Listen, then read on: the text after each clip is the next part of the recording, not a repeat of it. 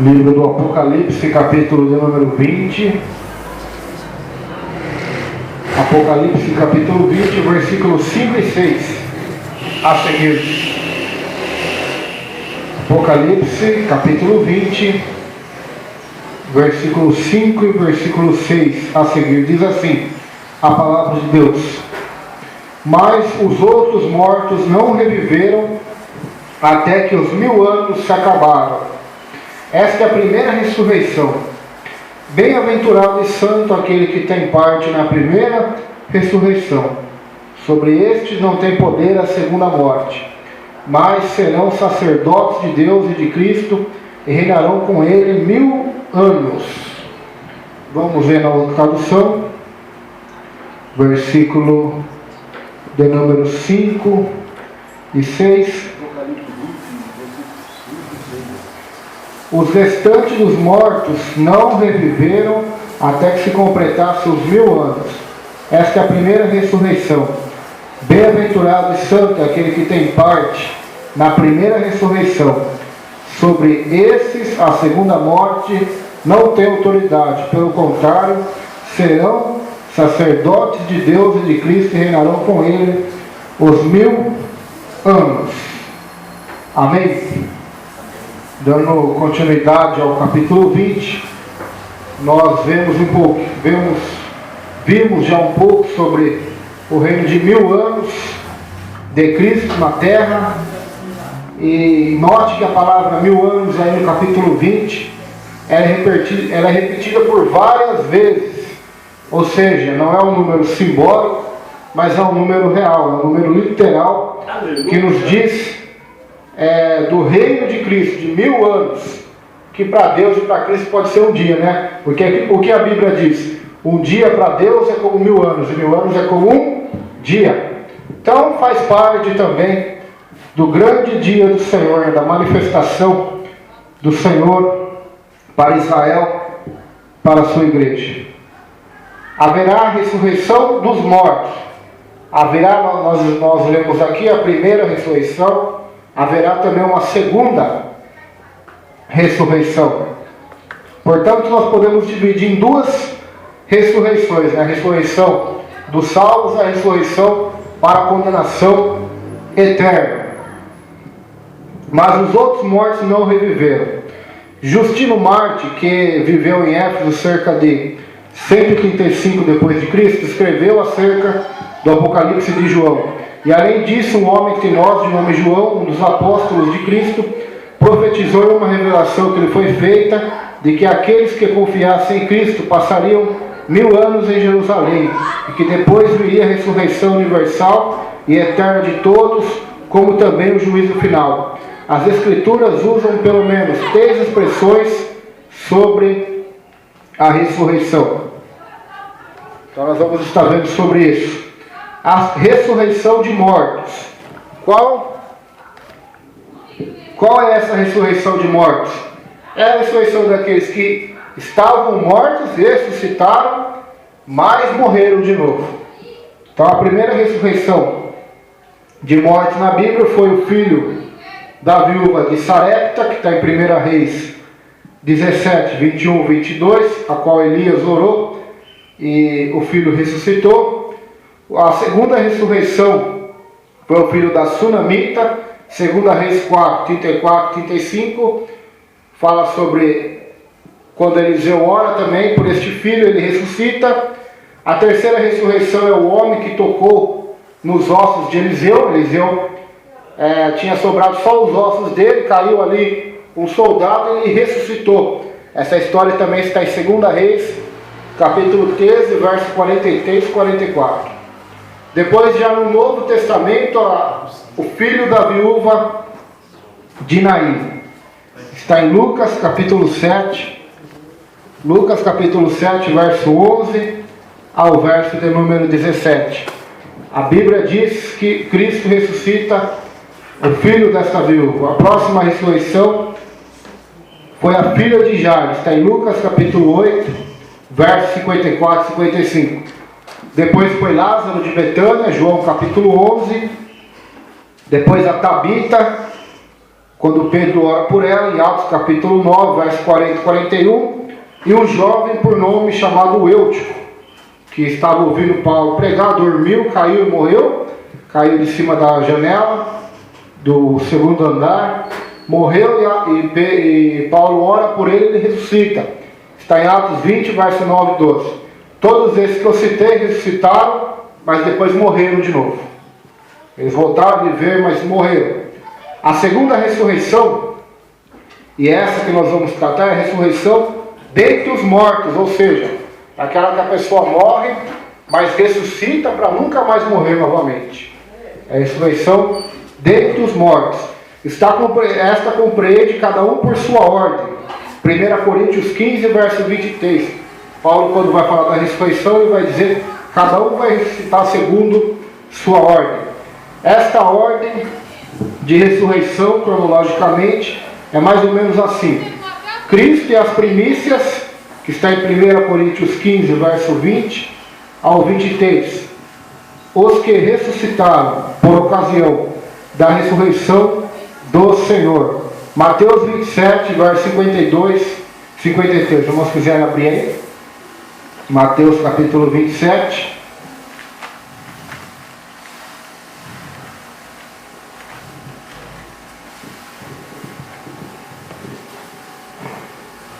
Mateus capítulo de número 27. Mateus 27.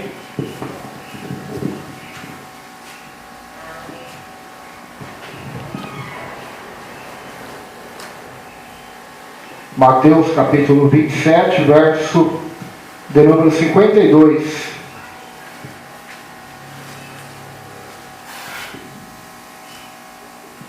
Diz assim: e abriram-se os sepulcros, e muitos corpos de santos que dormiam foram ressuscitados. E saindo dos sepulcros, depois da ressurreição dele, de Cristo, entraram na cidade santa e apareceram a muitos. Então, de acordo com a Bíblia, já houve uma ressurreição de crentes, de salvos, de santos do Antigo Testamento, que ressuscitaram para nunca mais voltar a morrer. Ressuscitaram para a salvação e glória eterna. Quem foi eles? Quais são o nome deles? Não, a Bíblia não cita o nome deles. É um mistério. Mas já houve uma ressurreição. As primícias de Cristo, ou seja, os primeiros que ressuscitaram. Vamos continuar vendo sobre a ressurreição na Bíblia. Os que são de Cristo na sua vinda. 1 Coríntios 15, verso 23 e 24. E também lá em 1 Tessalonicenses capítulo 4. Diz que quando Cristo voltar para arrebatar o seu povo, os mortos em Cristo vão ressuscitar primeiro. Aqueles que estiverem vivos na terra serão arrebatados. Também faz parte da primeira ressurreição. Faz parte do povo da bem-aventurança de Apocalipse que nós estamos estudando. Depois haverá mais ressurreições. As duas testemunhas do Apocalipse, escatológicas. Apocalipse 11, verso 11 e verso 12. Nós já estudamos aqui, fala da ressurreição das duas testemunhas que estavam pregadas para todo mundo ver os seus corpos, faziam festas, e Deus ressuscita elas no meio de todos. Aleluia! Depois, a próxima ressurreição é os mártires da grande tribulação. Apocalipse 20, versículo 4. É o que nós estudamos aqui quinta-feira passada, né, sobre aqueles que não adoraram a besta, nem colocaram a sua imagem, também vão ressuscitar para fazer parte do reino de Cristo por 1000 anos na face da terra. Então, esses são parte da bem-aventurança, ou seja, da primeira ressurreição. Todos esses que eu citei fazem parte da primeira ressurreição. Ressurreição dos mortos. Esta é geral, é a terceira, é abrangente. Ela compreende todos os mortos que morreram em seus delitos e pecados. João capítulo 5.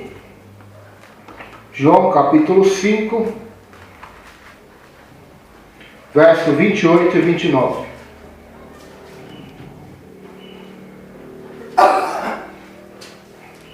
Muita gente tem dúvida no que vai acontecer depois da morte.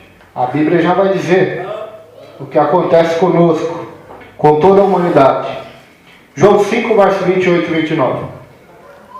Não vos maravilheis disso, porque vem a hora em que todos os que estão nos sepulcros ouvirão a sua voz, e os que fizerem o bem sairão para a ressurreição da vida.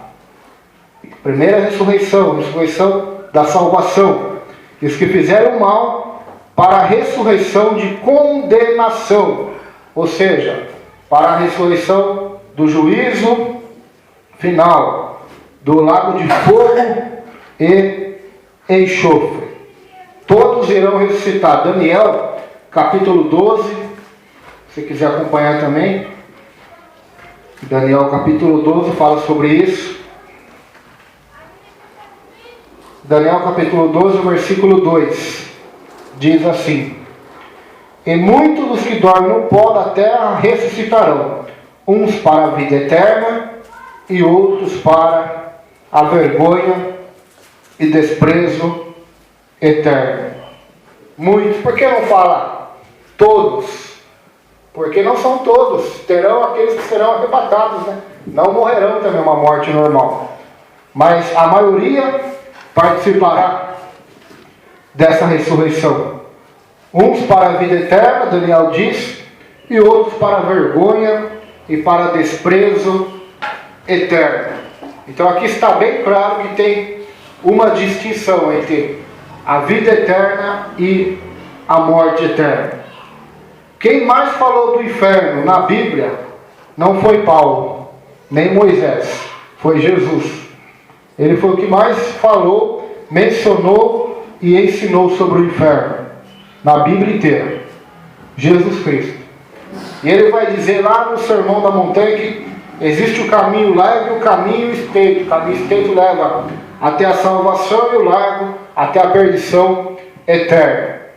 Então, podemos ter a certeza de uma coisa: temos que procurar, temos que estar em Cristo para fazer parte desta primeira ressurreição, que nós já vimos quinta-feira passada. Não vou voltar a esse assunto, que aqueles que ressuscitaram na primeira ressurreição vão estar com Cristo e vão reinar com Ele por 1000 anos. Vamos continuar. Versículo de número 6 agora. Apocalipse 20, verso 6. Bem-aventurado e santo é aquele que tem parte na primeira ressurreição. Sobre esses, a segunda morte não tem autoridade. Pelo contrário, serão sacerdotes de Deus e de Cristo e reinarão com Ele os 1000 anos. Então, bem-aventurado, uma bem-aventurança.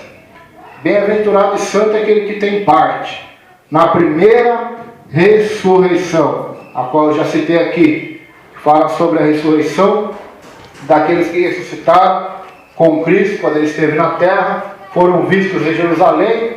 Fala sobre o arrebatamento e a ressurreição dos mortos, quando Cristo voltar. Aqueles que morreram em Cristo, que dormiram, né? Quantos crentes estão mortos em Cristo hoje? Paulo morreu em Cristo, Pedro morreu em Cristo, o apóstolo João morreu em Cristo. Quantos ressuscitarão primeiro? Aqueles que estiverem vivos no momento da volta de Jesus, do arrebatamento, estarão para sempre com o Senhor. Aleluia. Conforme diz a Bíblia. Glórias a Deus. E depois da grande tribulação, que Cristo voltará montado no cavalo branco, haverá uma outra ressurreição daqueles que foram fiéis a Deus, não aceitaram a marca da besta, mas foram fiéis a Cristo, ressuscitarão também, para estar reinando com Cristo por 1000 anos na face da terra.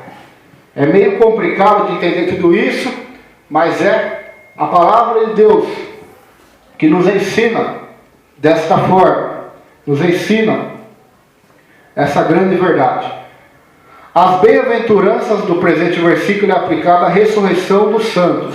O bem-estar espiritual, a felicidade dos mártires advém da primeira ressurreição. Assim receberam a vida última. O Novo Testamento, em seu conceito geral, jamais encerra a vida eterna, como tendo lugar apenas nesta vida, mas ele declara que após a morte física o ser humano continuará vivendo na eternidade.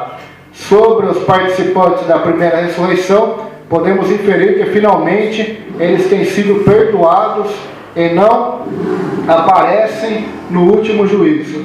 Admite-se, contudo, que a inferência mencionada por último não seja tão estranha como parece ser para alguns estudiosos da Bíblia, isto é, dos cristãos serem sacerdotes e reis no milênio. Para nós isso não é estranho, pois isso sugere que há um ministério para eles cumprirem na última dispensação, a dispensação milenial. Ou seja, neste reino de 1000 anos, que Cristo reinará sobre essa terra, a igreja vai cumprir o ministério de reis e sacerdotes. Ou seja, o que o rei faz? O rei ele vai governar. E o sacerdote, o que o sacerdote faz? Ele vai instruir o povo acerca da palavra de Deus, da lei de Deus. Então, esses serão os dois ministérios da igreja na face da terra. Ela vai governar esse planeta juntamente com Cristo e ensinar aos povos que não nasceram neste período de 1000 anos as palavras de Cristo, as palavras de Deus. Como eu já falei aqui quinta-feira passada, o pastor lembra dos textos que nós lemos de Isaías. Neste reino de Cristo, a idade dos homens será como a idade das árvores. Como é isso?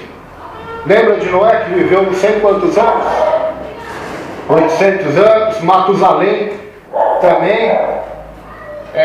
O próprio Adão e Eva viveram também centenas de anos. Assim será no milênio também. Todos aqueles que forem sobreviventes da grande tribulação, do Armagedon, quando Cristo voltar, vai sobrar muitos povos nas terras. Cristo vai governar o mundo de Jerusalém e vai mudar totalmente o globo da terra, a Bíblia diz. A Bíblia diz que o leão comerá palha junto com o boi. A criança de peito, ou seja, crianças que vão nascer. Se fala criança de peito, é porque irão gerar filhos os homens e as mulheres que sobreviverem. Ela vai colocar a mão na toca da áspide e a cobra não vai picá-la. A criança já desmamada vai tocar a mão na toca do basilisco e não vai acontecer nada. Por quê? Porque Deus vai mudar tudo. Cristo vai mudar tudo, até a natureza dos animais selvagens, predadora, de carnificina será transformada. Não haverá mais a violência.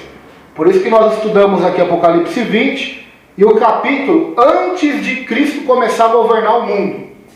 Por 1000 anos, algumas coisas acontecem antes, senão seria impossível. A primeira, o exército do anticristo. Todos os reis que o apoiam e o falso profeta são mortos pelo poder de Cristo, da espada que sai de sua boca. E são lançados, o anticristo, o falso profeta, é lançado no lago de fogo e enxofre. Mas aquele que está por trás do anticristo é Satanás. E ele não foi julgado ainda, ele estava solto.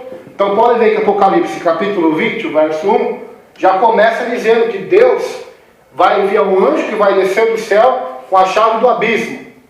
A chave do lugar onde estão os anjos aprisionados. Aqueles que nós já estudamos aqui, que serão soltos também no Apocalipse. E vai prender Satanás ali, e vai prendê-lo por 1000 anos. Vai selá-lo ali por 1000 anos. Por quê? Porque senão seria impossível o governo neste planeta. Seria impossível Cristo governar neste planeta com a influência da serpente, né, do dragão. Então ele vai ser amarrado por 1000 anos. Então, por isso que eu estou dizendo para vocês, todas estas bênçãos que não é eu, mas a Bíblia diz que vai acontecer no milênio. Deus vai dar totalmente a terra para Israel, que prometeu a Abraão, Isaac e Jacó. Até hoje eles não conquistaram ainda, acredita nisso? Até hoje eles brigam. para ter essa terra. No reino milenial será totalmente deles. Não haverá inimigos, não haverá oposição. Cristo dará herança aos israelitas. E isto é muito maravilhoso. Por que eu estou falando da prisão de Satanás por 1000 anos? Porque daqui a pouco nós vamos ver que ele vai ser solto de novo, depois dos 1000 anos. Nós vamos explicar o porquê que ele vai ser solto. Em continuação, a Bíblia faz uma afirmação clara, porém parentética, a respeito dos outros mortos. Este grupo inclui todos os que não fazem parte dos 2 outros mencionados no capítulo 4.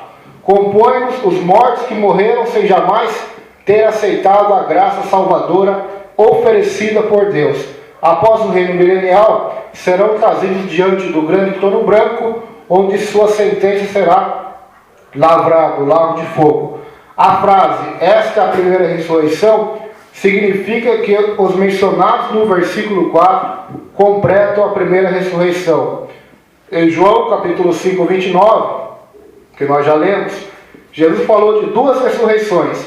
Identificou a primeira como a ressurreição da vida. Nela tomam parte os que praticam o bem, aqueles que fizeram a vontade de Deus em aceitar a Cristo como Salvador e viveram para Ele. Então, note que não é só aceitar a Cristo, como muitos ensinam, e nós devemos ser pregados, mas é aceitar a Cristo e viver para Ele. Amém. Amém. Porque se eu aceitar a Cristo, mas não viver para Ele, viver para mim, então eu não aceitei. A segunda ressurreição para o julgamento diz respeito aos que têm praticado o mal em decorrência de sua incredulidade.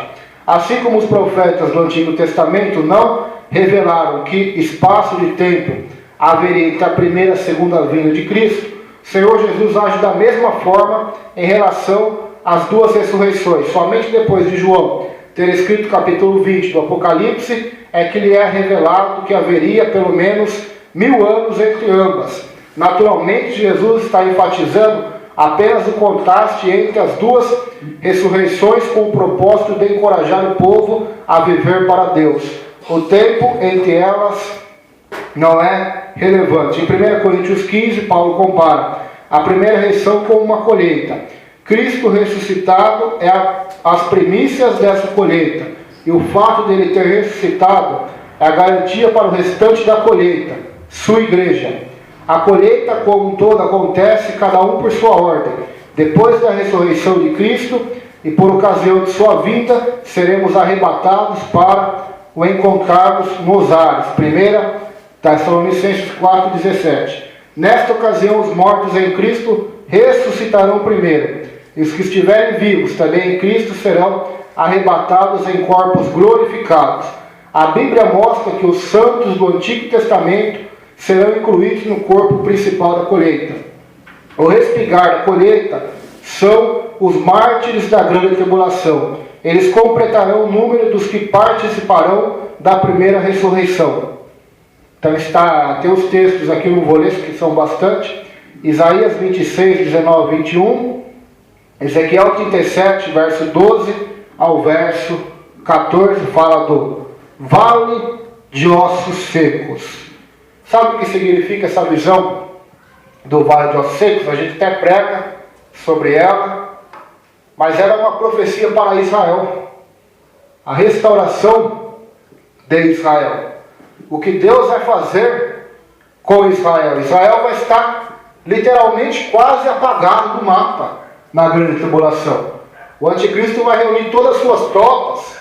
Imagina os exércitos dos Estados Unidos, da Rússia, da China, que é os 3 países mais fortes que tem no mundo, vão se unir contra Israel para destruí-lo.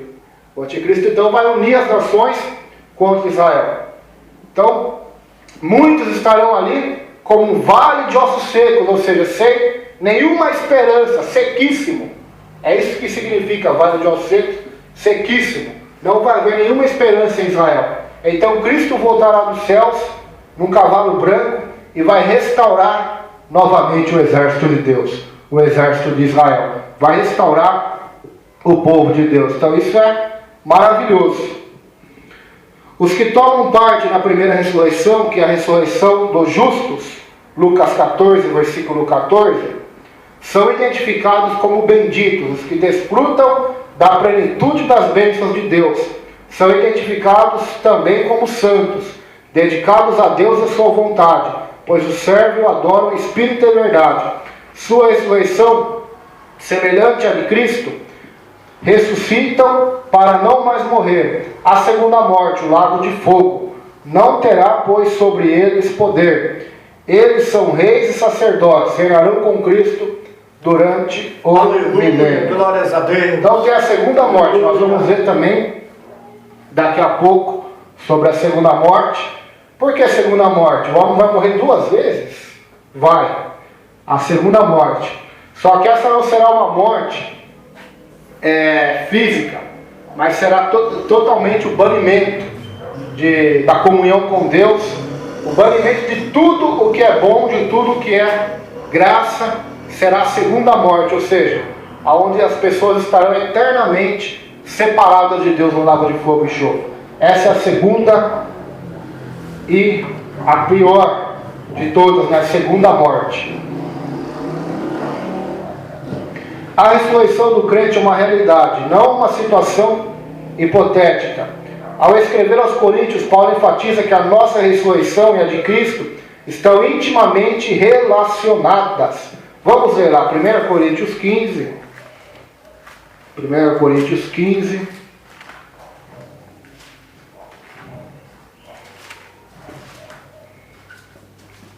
Primeira Coríntios 15, verso 19.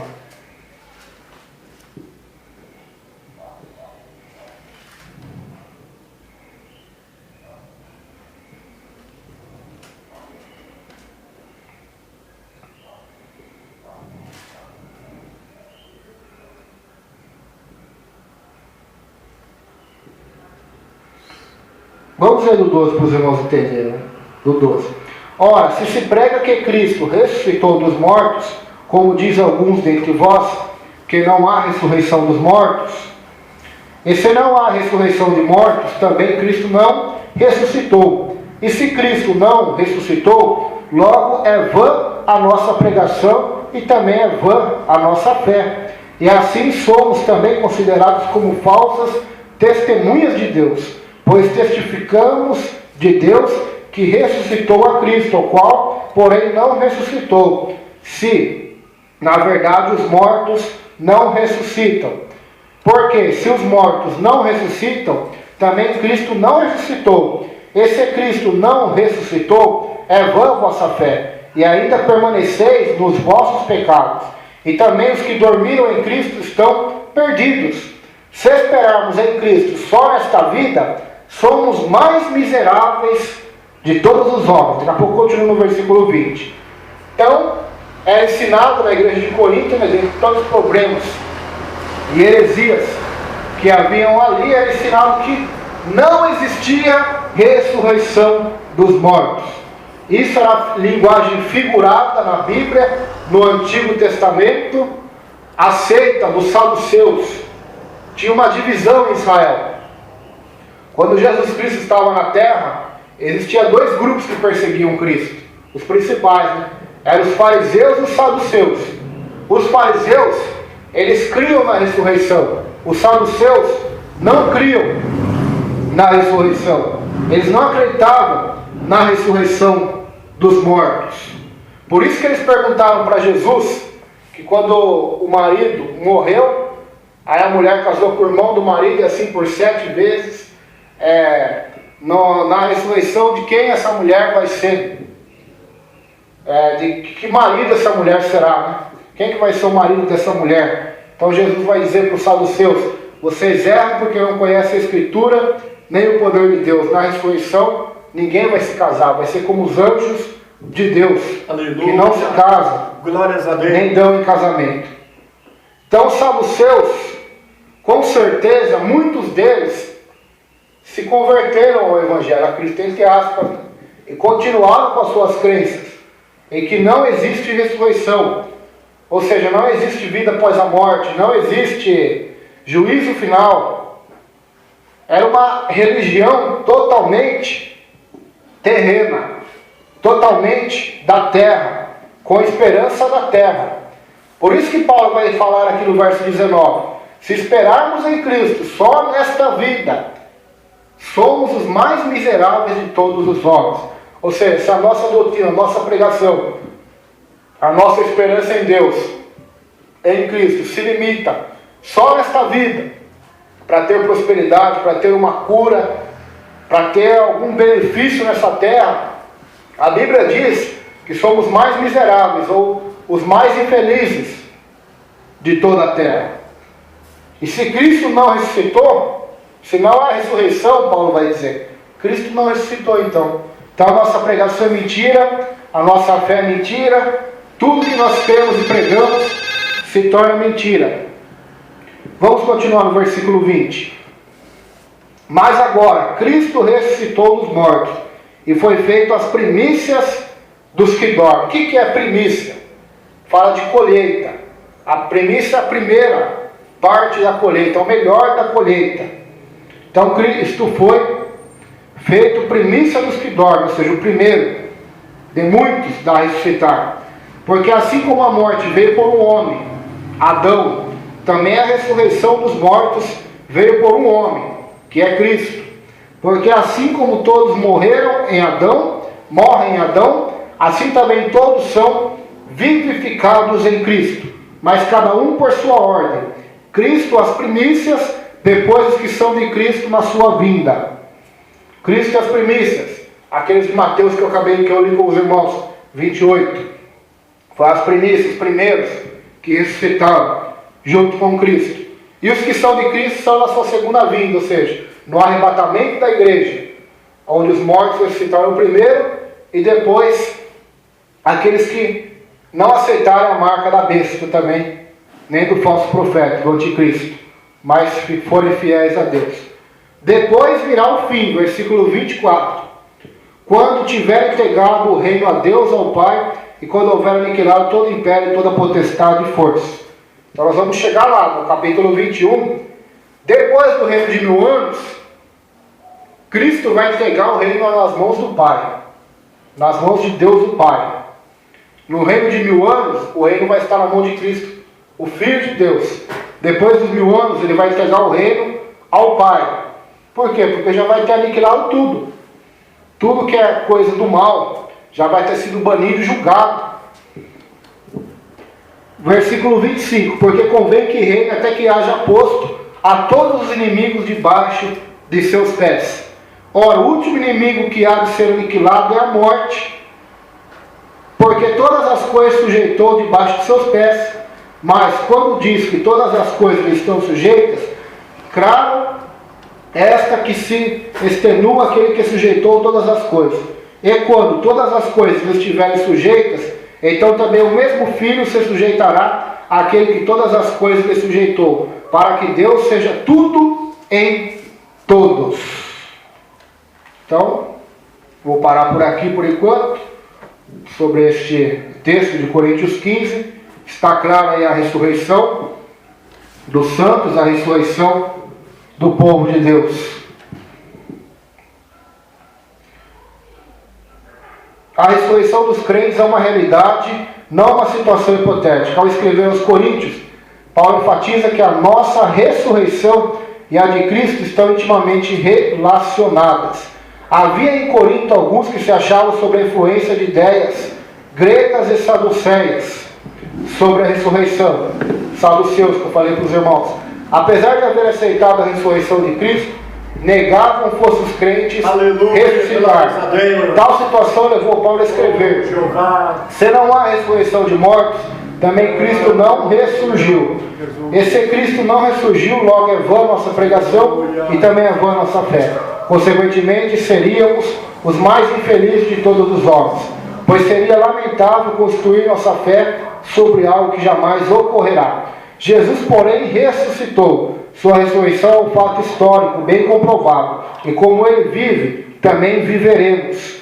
Como Jesus explicou a Marta, ele é a ressurreição e a vida. Os que creem em Cristo, ainda que morram, viverão. Ou seja, voltarão à vida pela ressurreição. João capítulo 11, versos 24 e 25. O corpo que teremos após a ressurreição será imortal e incorruptível, nunca mais será tocado pela morte. 1 Coríntios capítulo 15, versos 43 e 45. É a continuação do assunto da ressurreição. O corpo daqueles que ressuscitarem com Cristo será um corpo imortal, ou seja, não morrerá mais. Não sentirá fome, como nesse corpo sente. Não sentirá dor, como esse corpo sente. Não vai sangrar, como este corpo sangra. Não vai derramar lágrimas, como este corpo derrama. Não vai se cansar, como este corpo se cansa. Não vai se envelhecer, como esse corpo envelhece. Não vai ser sujeito ao pecado, como esse corpo nosso é, escravo do pecado, mas liberto pela graça de Cristo. Não vai. Vai ser um corpo, não igual ao de Cristo, mas a Bíblia diz semelhante ao de Cristo. Né? Um corpo glorificado, de glória. Versículos 7 e 8. Versos 7 e 8 de Apocalipse.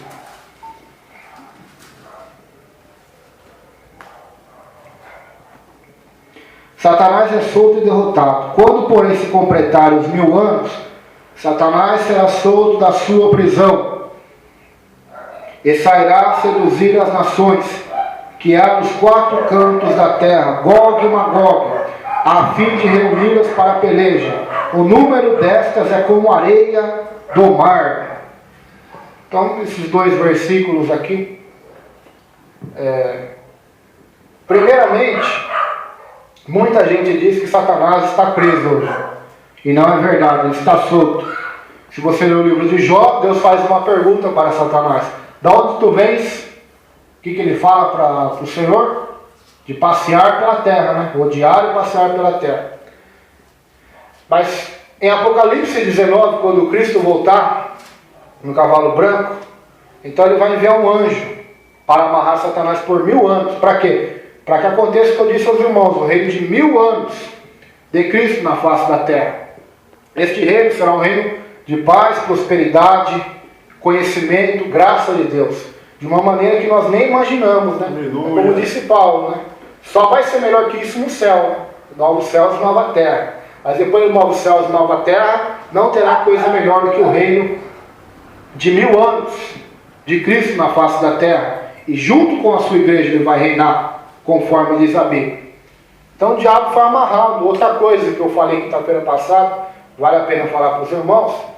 Cristo, Deus Pai, Deus Filho, Deus Espírito Santo, não vai sujar as mãos com sujeira do diabo. Não vai. Ele vai mandar um anjo para amarrá-lo. Ele não vai vir pessoalmente.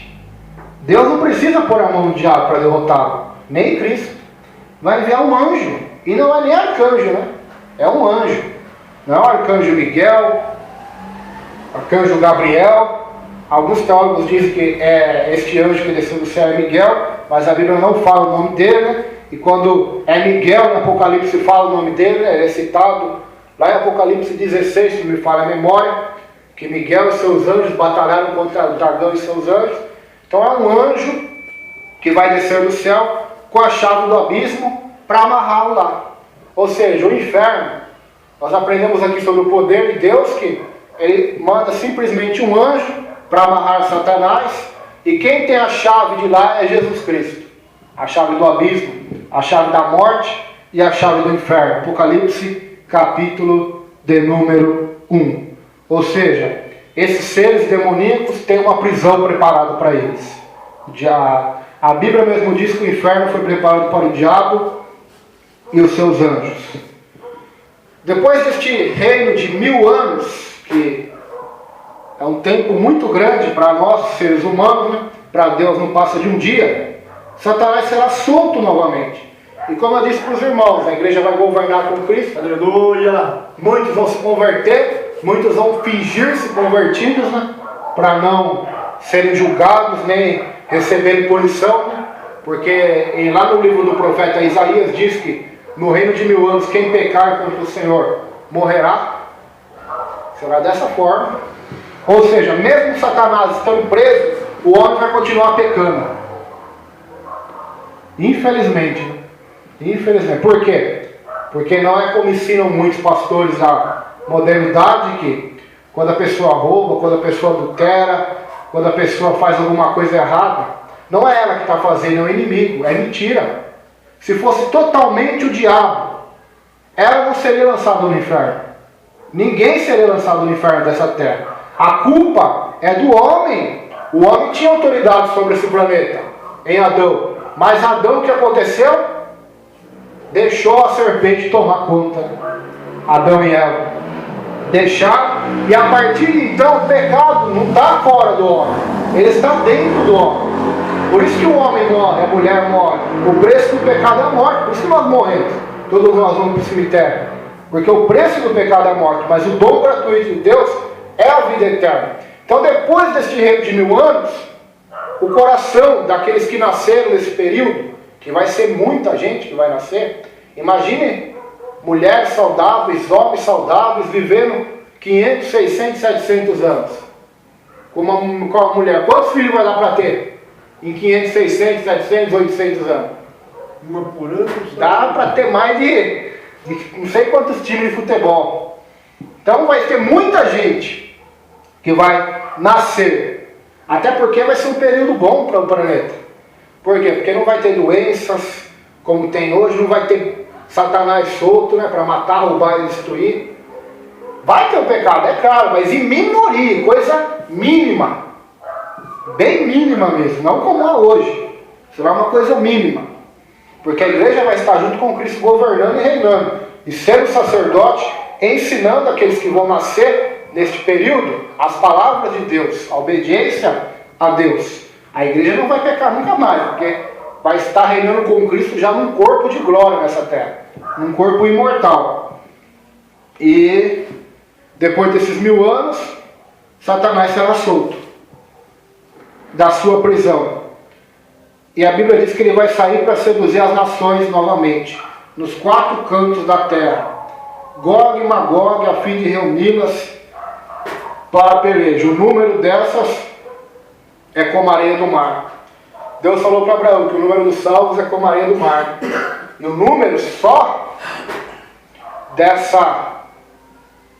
desse conglomerado de pessoas será como a areia do mar também, ou seja, será muita gente. Então imagina quantas pessoas irão. Se hoje no mundo que nós vivemos, com toda a doença que tem, maldade, Satanás à solta, existem 7 bilhões, né?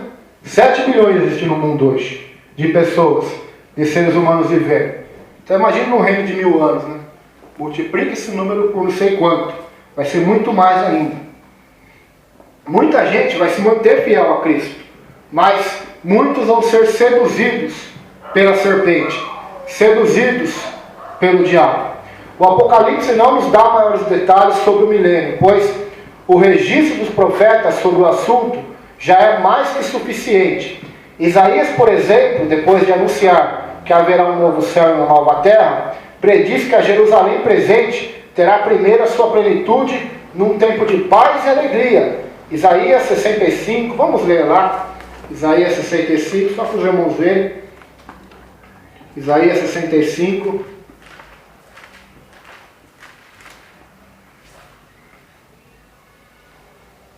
Isaías 65, verso 17.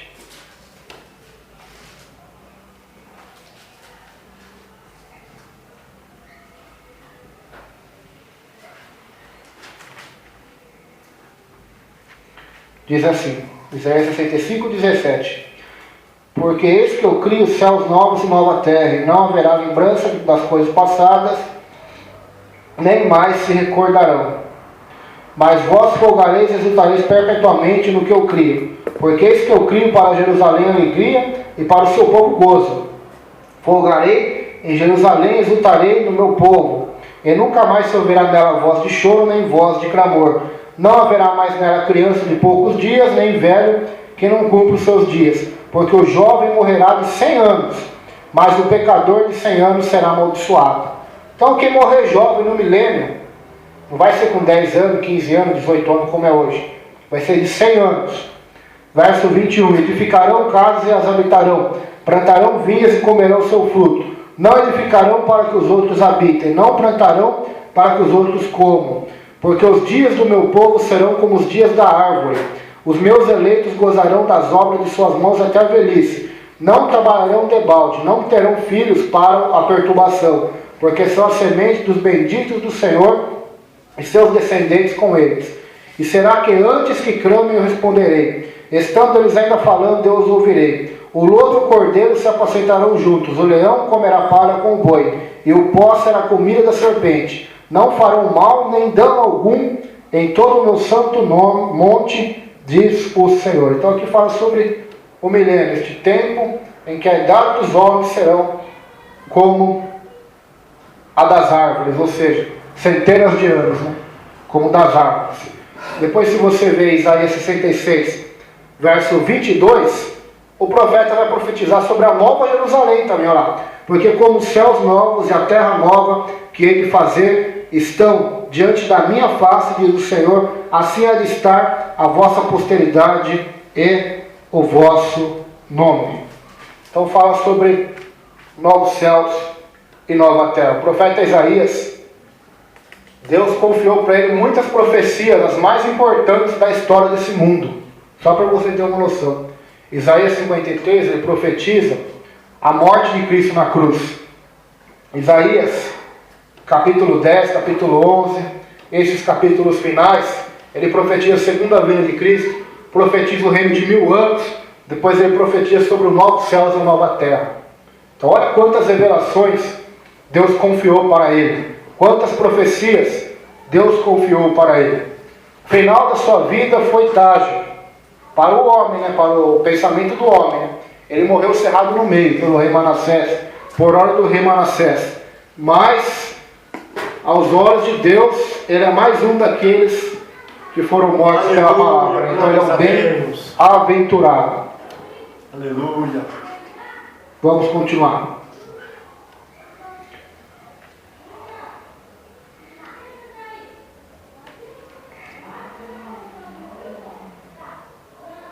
Passados 1000 anos, Satanás será solto, porque isto tem de acontecer. Só podemos conjecturar. Talvez para que a justiça de Deus seja firmemente vindicada, poderia alguém perguntar, por exemplo, onde está a justiça divina ao mandar as pessoas ao lago de fogo, sem que estas hajam avaliado o que realmente perderam? Alguém poderia alegar ainda, com certeza, se o povo soubesse quão maravilhoso seria o reino de Cristo, todos o teriam aceitado. No entanto, mesmo depois de um reino tão glorioso, multidões como a areia do mar seguirão a Satanás na primeira oportunidade. Isso mostra que, com ou sem o conhecimento de como será o reino de Cristo, a humanidade ainda se rebelará contra Deus. Os que seguirem ao diabo, pois serão postos nas trevas exteriores do lago de fogo. Estarão para sempre separados de Deus. Então é muito importante que o pensamento do autor nos leva a uma reflexão importante.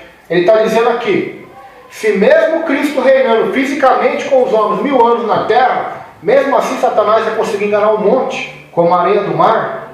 Então isso nos mostra que a salvação é uma obra de Deus, Aleluia. é um dom de Deus, como diz a Bíblia. Nos mostra que tem pessoas que podem entrar dentro do céu e vão querer escolher o inferno, porque literalmente elas vão estar dentro do céu na terra, né? No reino de 1000 anos com Cristo, pessoalmente, fisicamente reinando.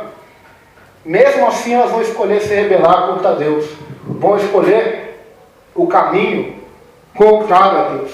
Então tem muita gente que diz hoje, olha, se nós se parecêssemos mais com Cristo, o mundo iria nos aceitar. Eu digo para você, com base na Bíblia, que isso é uma mentira. Por quê? Porque quanto mais a igreja, quanto mais você se parecer com Cristo, mais o mundo vai te odiar. É o contrário que vai acontecer. Porque o mundo não ama o que é de Cristo, nem o que parece com Cristo. O mundo odeia. É Cristo que disse, o mundo odiou a mim, vai odiar vocês também. Por quê? Porque as obras são más. Os homens amam mais o pecado e mais a escuridão. Então, é um pensamento que até eu, às vezes, quando ia pregar, e falava com boas intenções, mas quando nós fomos examinando a Bíblia e vendo, nós observamos que não é assim. Paulo, que é o homem que andava mais parecido com Cristo, com Paulo, o que os homens fizeram com ele? Decapitaram ele. Então, isso não é a realidade. Somente o Espírito Santo pode transformar o coração de um pecador no coração de um salvo, né? Tirar o coração de pedra e colocar o coração de carne. Como grande enganador, Satanás ironicamente engana-se a si mesmo ao achar-se suficiente forte para derrotar a Deus. É-lhe, pois, permitido sair da prisão para enganar os que se exaltam a si mesmos e desprezam o reino de Cristo. Esta será a última rebelião do diabo.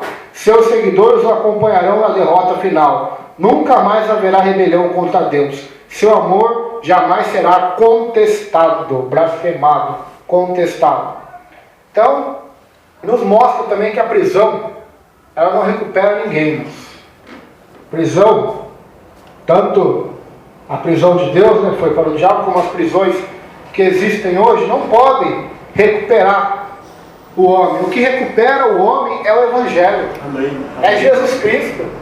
Pelo contrário, Satanás saiu de lá pior ainda, com mais raiva, com mais ira, sabendo que era a sua última oportunidade de vencer Deus. Né? Foi derrotado a vida toda, por milênios, por Deus. Agora era a sua última chance. Né? E ele achava que quanto mais pessoas ele vai reunir e enganar, ele vai conseguir derrotar Deus. Coitado, né? Podem se reunir. Tanto ele, eu vou dizer algo que nunca vai acontecer, mas só vou dar um exemplo para vocês. Pode se reunir Satanás, seus anjos, os anjos de Deus, Miguel, Gabriel, os profetas de Deus, toda a criação, todos os animais, todas as estrelas, galáxias, pode se unir tudo contra Deus, não vai passar de nada. Não vai passar de nada. Deus pode literalmente destruir tudo só com o seu pensamento. Então, Satanás é um tolo se acha que vai vencer Deus nessa última batalha. Mais tolo ainda é aqueles que vão ser enganados por ele, né? Vão ver tudo que Cristo vai fazer no reino de 1000 anos e ainda vão se voltar contra Cristo ainda, né? Querendo destruí-lo e derrotá-lo, né? Aqui nos mostra também o princípio de Satanás foi assim. Quando ele estava nos céus, ele quis se unir com anjos para destruir Deus também, na sua primeira rebelião. Na sua última rebelião é semelhante. Ele vai tentar se voltar contra Deus, onde ele será totalmente destruído, aniquilado, banido. Mais uma vez, multidões tomam o caminho largo da rebelião. Como nas eras passadas, rejeitam a Deus e sua palavra. Recusam aprender com os julgamentos divinos sobre Adão e Eva, o mundo dos dias de Noé, Egito, Assíria, Babilônia, Roma e sobre o próprio Israel. As nações rebeladas são aqui identificadas como Gog e Magog.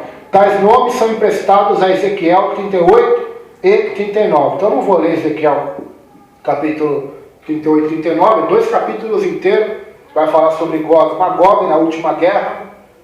Olha que revelação Deus deu ao profeta Ezequiel também. Então, isso é maravilhoso. Depois você lê na sua casa, se quiser anotar Ezequiel 38 e 39, para comparar aí com Gog e Magog. Ezequiel vai falar sobre isso. Esta batalha, contudo, será bem diferente. É uma simples comparação para mostrar que os tais agem exatamente como os povos que seguiram a Gog e Magog. Versículo de número 9 e 10, para nós terminarmos hoje, e para amanhã ficar o juízo do trono branco, que é do versículo 11 ao versículo de número 14.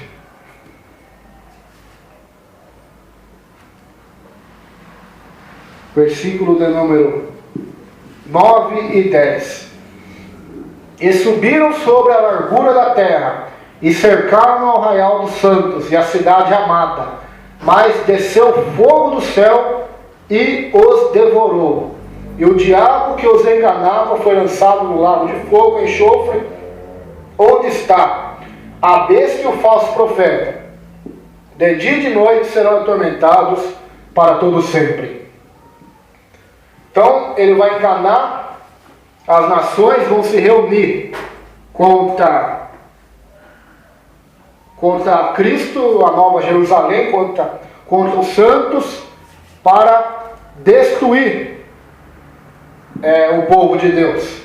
Só que a Bíblia diz que assim como foi com Sodoma e com Gomorra, Deus vai fazer fogo descer do céu e vai devorá-los, vai consumi-los, assim como já fez em Sodoma e Gomorra. Então aqui também abre um parênteses para mim dizer para os irmãos. Lá no 2 Pedro diz que a terra vai ser destruída pelo fogo, não fala? E é isso aí que vai acontecer. Por causa da rebelião, a última rebelião, a terra vai ser destruída, né? Literalmente apagada, né? Será totalmente desfigurada, assim como era Gênesis capítulo 1, versículo 1. E depois disso, que todo o juízo aconteceu, o juízo do grande e do branco, Deus vai criar novos céus e nova terra. E ali vai estar a nova Jerusalém, a cidade de Deus. Aleluia. Então isso é forte. Os exércitos de Satanás cercaram o arraial dos santos e a cidade querida.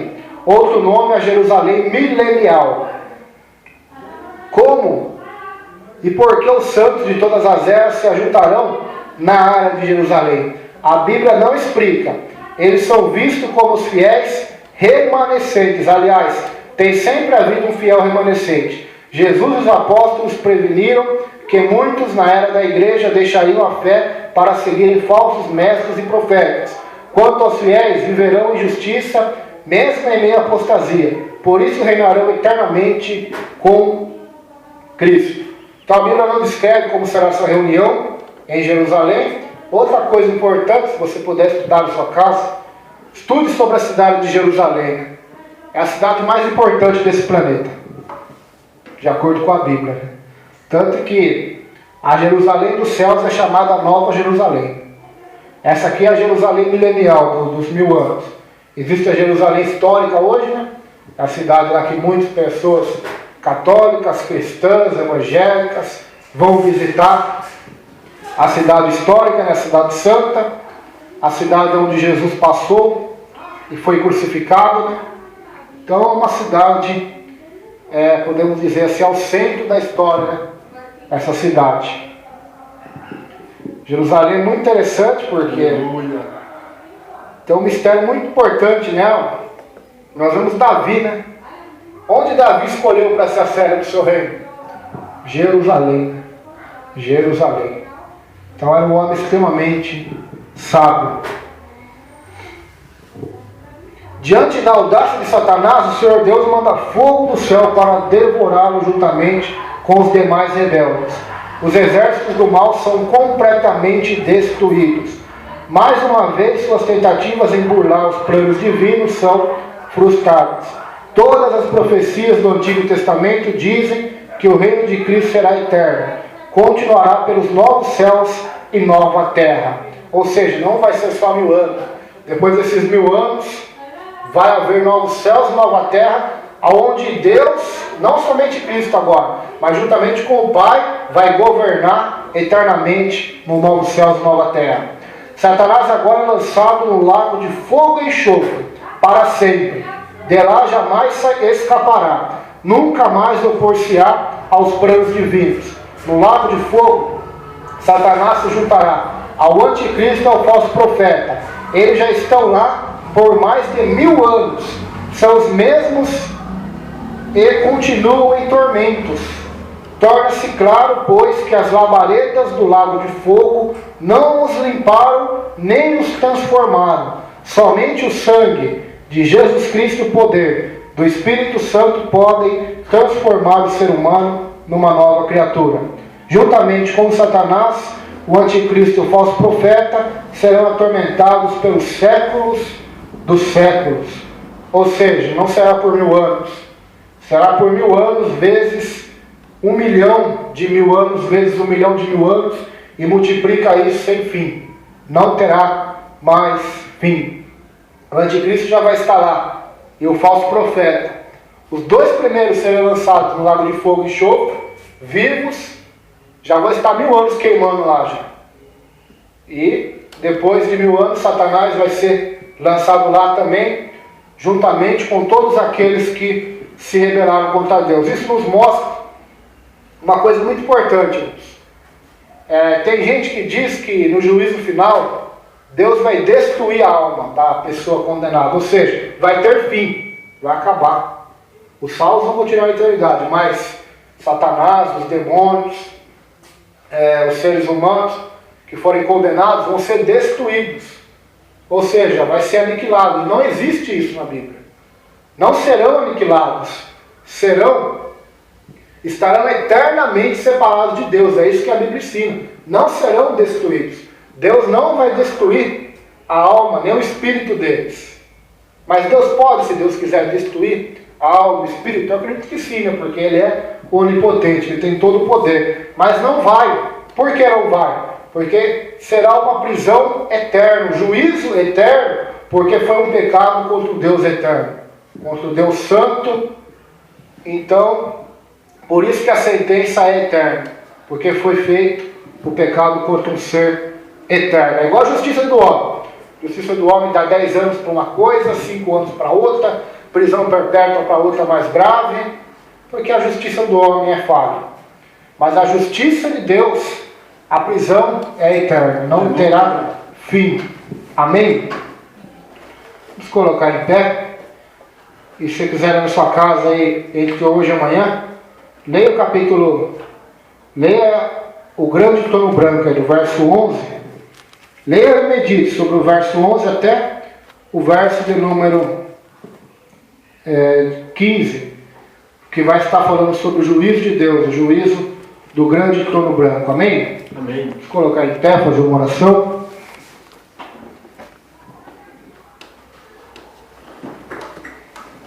Senhor, meu Deus, meu Pai, muito obrigado, Senhor, por nós estarmos aqui nessa noite. Nós te glorificamos, nós te agradecemos, Senhor, por essa oportunidade de estar ouvindo as palavras do Apocalipse, Senhor, porque é o único livro da Bíblia qual diz: bem-aventurado é aqueles que leem, aqueles que ouvem e aqueles que guardam as palavras desta profecia, porque o tempo delas se cumprirem está próximo, Senhor.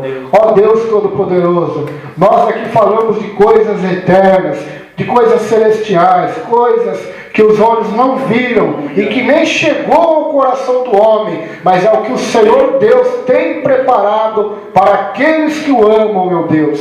Por isso nós te damos glória. Por isso o apóstolo Paulo foi feliz ao declarar, porque ele também já tinha sido arrebatado até o terceiro céu, e lá ele viu e ouviu coisas que não é lícito contar ao homem. Por isso ele mesmo diz que todas as aflições que nós passamos nessa terra não dá nem para se comparar com a glória que está sendo reservada para nós através de Cristo nos céus. Senhor, por isso nós te damos a glória, a honra e o louvor, Senhor, não olhando para as coisas temporais, para as tribulações passageiras, Senhor, para a momentaneidade da nossa vida, Senhor, para a vaidade que é a nossa vida, mas olhando para o autor e consumador da fé, para o Rei da glória, para o Senhor dos senhores, para aquele que virá montado num cavalo branco, Senhor. É para este que nós estamos com os olhos voltados, Senhor. Que ajude cada um de nós, meu Deus, a nos firmar mais e mais em perseverança no Evangelho do Reino de Deus, da graça de Deus, e estarmos preparados e nos preparando dia após dia até nos encontrarmos com o Senhor, Deus dos exércitos. Pedimos ao Teu Espírito, Senhor, que trabalhe nas nossas vidas conforme a Sua santa e maravilhosa vontade. Deus, convém que o Senhor cresça e nós diminuamos nessa noite. Nos ajuda, Senhor, para a glória e para a honra do Teu nome que eu lhe peço e te agradeço, Jesus. Amém. Amém.